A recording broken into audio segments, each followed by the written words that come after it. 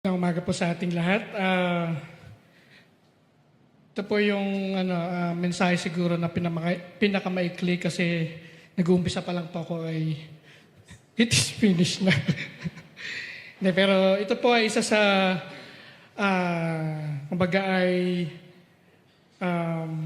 pagpapakita ng katuparan ng misyon ng ating pong Panginoong Hesus. So sa 1 Kapitulo 11, talatang 30. Nakita nga po natin ito right after na inumin yung di ba sabi nga po nauuhaw siya. Tapos ang iinumin ay maasim. So parang di naman na kung kayo iinom na nauuhaw kayo, iinom kayo ng maasim, matatanggal ba yung uhaw nyo? Pero dahil nga po siya ay nandun sa part na sinasakripisyo niya nga po ang buhay niya. Pagkatapos nun ay sinabi niya na naganap na.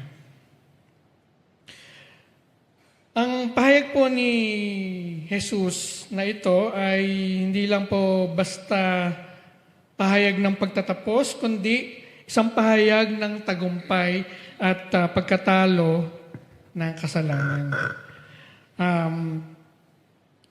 Yung kanya pong, itong ginugunita po natin ito po ay obviously isang sacrifice at syempre isang hakbang ng pagpapakumbaba para po sa atin. So, kung kanina po ay narinig po natin yung term na point of view, ito po naman ang pwede nating gamitin o nakita ko pong pwede nating magamit o makita dito yung tinatawag na, gusto rin po to sa social media na mayroong takeaways. So ano po ba ang mga takeaways natin sa ika-6 na salita ng ating Panginoong Hesus? So nabanggit ko na nga po, una ay makikita po natin, isang takeaway po natin dito yung pagpapakumbaba, humility. So, kung titingin po or maghahanap tayo ng example ng pagpapakumbaba, wala na pong tatalo sa example na pinakita ng ating pong Panginoong Hesus.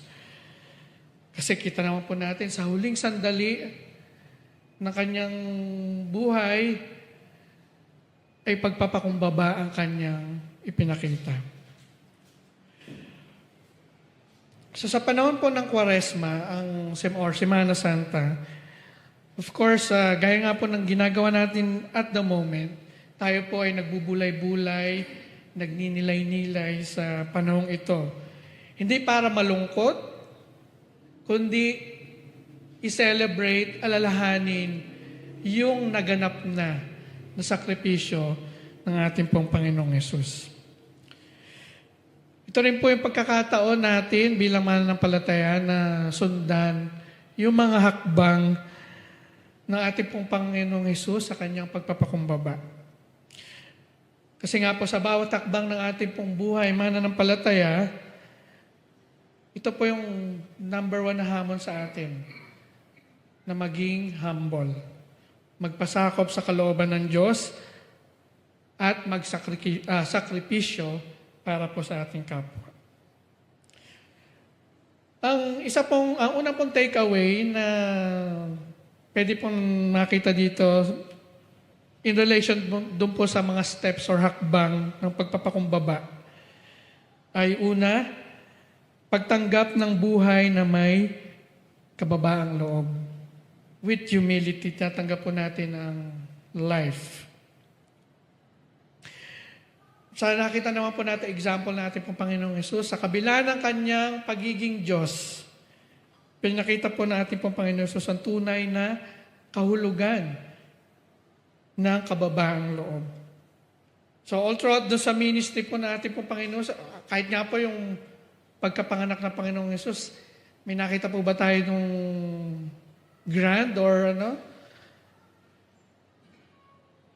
humility po nakita natin. So, saan po siya pinanganak? Sa sabsaban. Ano po ang kanyang kinalakihan na career, karpintero, hanggang sa kanyang pagmiministeryo, laging humility ang kanyang itinuturo. So, araw-araw po tayong hinahamon ng ating pong Panginoon Jesus na maging humble o magpakumbaba. Tanggapin ang ating pong mga limitasyon at kahinaan. Ang pagpapakumbaba po or humility ay hindi sa pagpapakita ng ating kabutihan, kundi sa pagpapakita po ng ating pagiging handang magbigay at magsakripisyo para sa iba. Ang totoong pong humility or pagpapakumbaba ay giving benefit to others. Even if it takes away something important to us or to the giver. So pagbibigay kahit tayo ang mawalan. Yun po ay isang, ang humility po ay isang act, hindi po speech. Nagbibiro nga, pag nagkakwentuhan po kami magkakapatid, ang biroan po namin ang isang proud ako sa sarili ko ay ang pagiging humble. So, siyempre joke lang po yun. Kasi itry niyong sabihin yun. Ako ang pinaka-humble sa iglesyang ito. Anong pakiramdam? Hindi po siya pwedeng pagsamahin kasi ang humility ay hindi pinagyayabang. Siya ay ginagawa. Hindi po natin kailangan i-convince ang iba, ang lahat na kayo ay humble. Gawin nyo lang yung dapat na gawin, which is, sinasabi nga po natin dito, ay ang pagbibigay. Hindi lang po material, pagbibigay ng ating sarili, ng ating encouraging words, yun po ang humility. Pangalawang takeaway po dito ay pag-aalay ng sarili para sa kapwa tulad ni Jesus. So tayo po nga ay tinatawagan din po natin, Panginoon Jesus, na mag-alay ng sarili para sa iba. So sa panahon po ng Kwaresma ay pagkakataon din po sa atin para maglaan tayo ng panahon upang maglingkod at magbigay ng pag-ibig sa kapwa. Kasi ang pagiging humble o pagpapakumbaba po ay nagdudulot ng tunay na pagmamahal sa ating kapwa. So if we're thinking, nag-iisip tayo ng bagay na totoong pag-ibig, isa na po itong action, which is pagpapakumbaba.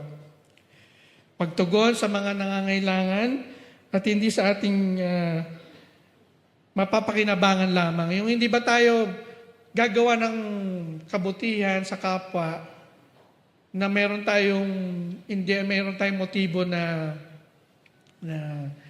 it's either makaangat tayo sa iba or basta yung bang ang term ng mga kabataan ngayon dyan user-friendly. So, naging mabait lang kayo kasi may napapakinabangan kayo. Hindi po dapat ganun. It doesn't matter if they will see you as humble. All that matter is that their needs are met. So, hindi po nagmamatter daw po yung nakikita kanilang mapagkumbaba. Sa halip, ang nagmamatter, ang mahalaga sa huli ay natugunan yung kanilang pangailangan. At hindi nyo isusumbat ang inyong ginawang kabutihan.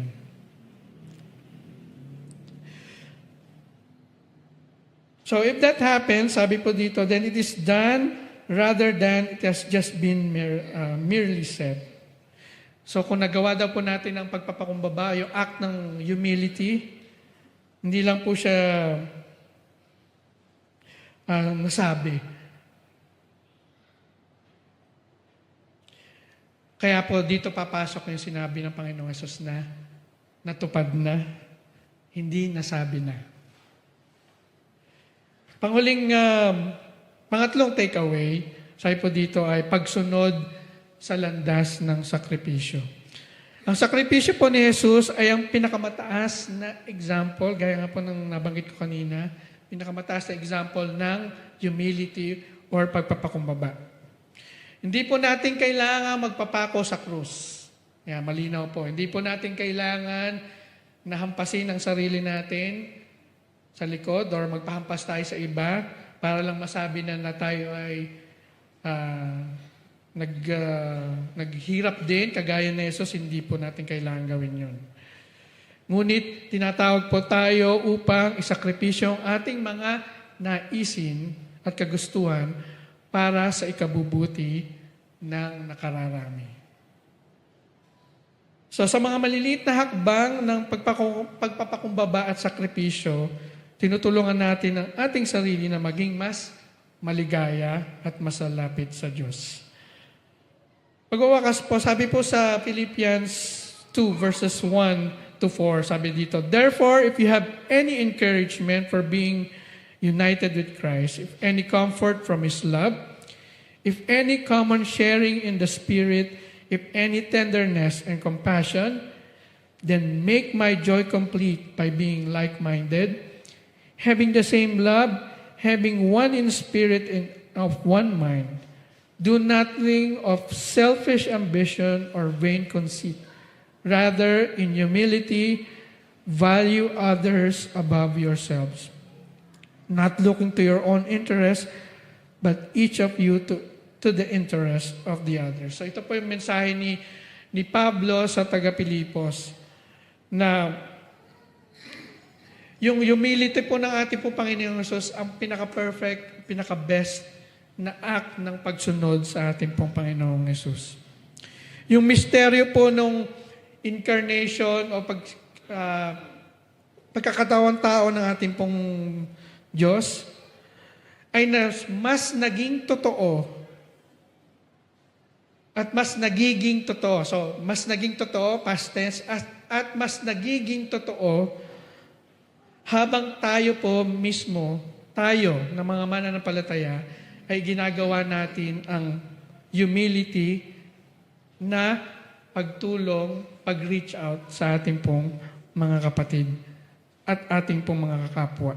It's humility because one doesn't need to give but chose to give part of oneself in order to benefit someone in need. So, ang point lang po dito ay ginagawa po nating present si Jesus Christ, ginagawa po nating mas totoo si Jesus Christ sa ating pong paligid every time we give. Every time na magbibigay daw po tayo.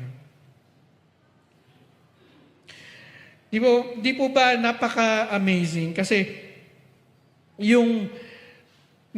kung titingnan po natin sa Bible, sa Old Testament, ang ating pong Diyos ay masyadong, ang dating ay parang malayo, unreachable. Kasi nga po siya immaterial, supernatural. Pero dumating po si Jesus Christ, siya po ay mas naging present. At yung kanya pong, ang divinity po ng ating pong Diyos, sa pagiging divine po ng ating Diyos, ay natupad na. Ngayon po, sa ating pong panahon, ito po yung takeaway natin dito. Ngayon po sa panahon natin, ang ating pong Diyos ay hindi lang basta divine na divine na bino-worship natin. Hindi lang po siya basta ganon, kundi siya po ay Diyos na kung saan nagpakumbaba po siya para ma-fulfill or natugunan ang ating pong ang pangangailangan ng mga tao sa sanlibutan. So, sa panahon pong ito, sa present time, paano po natin mararanasan ito? Kaya nga po na paulit-ulit ko pong sinasabi kanina, mararanasan po natin ang pagiging totoo ng katuparan ng misyon ng ating Panginoong Hesus. Kung sa atin mismo bilang mananampalataya ay nakikita yung pagiging humble, at ang pagiging humble po natin ay selfless na pag-reach out sa ating pong mga kapwa. Hindi lang po sa kapwa mananampalataya, kundi sa ating pong kapwa. Kasi every time po natin ginagawa to, mas nagiging pong meaningful ang presensya ng Diyos sa sanlibutan. Kaya nga po, hindi lang po sapat na tayo ay nagsasabi na tayo ay mga Kristiyano. Pag ginagawa po natin ang sinasabi ng kalooban ng ating pong Panginoong Hesus, yung example na pinakita niya, mas nagiging totoo, mas nagiging real yung experience. Hindi na po nila kailangan na, mga kapwa po natin, hindi na nila kailangan mag-wonder na totoo ba yung Jesus Christ na sinasabi nila. Hindi. Pag nakita po sa atin pong mga buhay, ma-experience nila na sa pamagitan lang po na pakipag-relate nila sa atin, ay masasabi po nilang, totoo nga si Jesus Christ. So yung wika po natin po Panginoon Jesus na natupad na, napakahalaga po nito. Napakahalagang, kumbaga ito po yung central or critical na part ng ating pong salvation. Kasi nagawa na niya yung example na pwede niya ipakita na susundin na lang po natin. Kasi before, gaya nga po sabi po natin kanina, ang ating pong Diyos, yung kilalang Diyos ay distant, unreachable. Di ba nakalagay pa siya sa parang isang sacred na lugar na hindi ka basta-basta pwedeng pumasok. Pero nung dumating si Jesus Christ at ginawa yung mission at minanggit niya na natupad na, nasira niya. Kung naalala niyo po, hindi ko naman para i-spoil yung last word, ay nung sinabi niya na kailan ba yung pastor, yung nahati yung kortina sa 7 ba sa medyo na-spoil ko na konti. Pero ang point ko lang po ay yung mission ng ating pong Panginoong Hesus, symbolic yung pagkakapunit ng kortina sa temple, everything nagkaroon ng lindol, etc., etc. Kasi nga po, tapos na. Hindi na distant ang ating pong Panginoong Hesus. Hindi na distant na kailangan natin tumingin sa taas para manalangin. Hindi. Mararanasan po natin sa bawat isa sa atin. Kasi nasaan po ba si Kristo? Nasa atin po, sa bawat isa sa atin. Kaya, natupad na. It is finished. So, magsumika po tayo. Ang takeaway po natin dito, mga kapatid, ay magsumika po tayo na sa ating mga kayanan, I know we are human, may kahinaan po tayo, kaya nga all the more na mag-depend tayo sa example ng ating Panginoon Jesus, yung humility. For us, for everybody of us na ma-experience ang presence, yung reason kung bakit ginawa ng ating pong Panginoon sa passion na to para sa bawat isa sa atin. So, challenge is, mag-alay po tayo ng ating sakripisyo. Yung mga sakripisyo na pwede natin pong magawa, maglingkod sa kapwa, at sundan ang halimbawa ng ating pong Panginoon Jesus. Naganap na.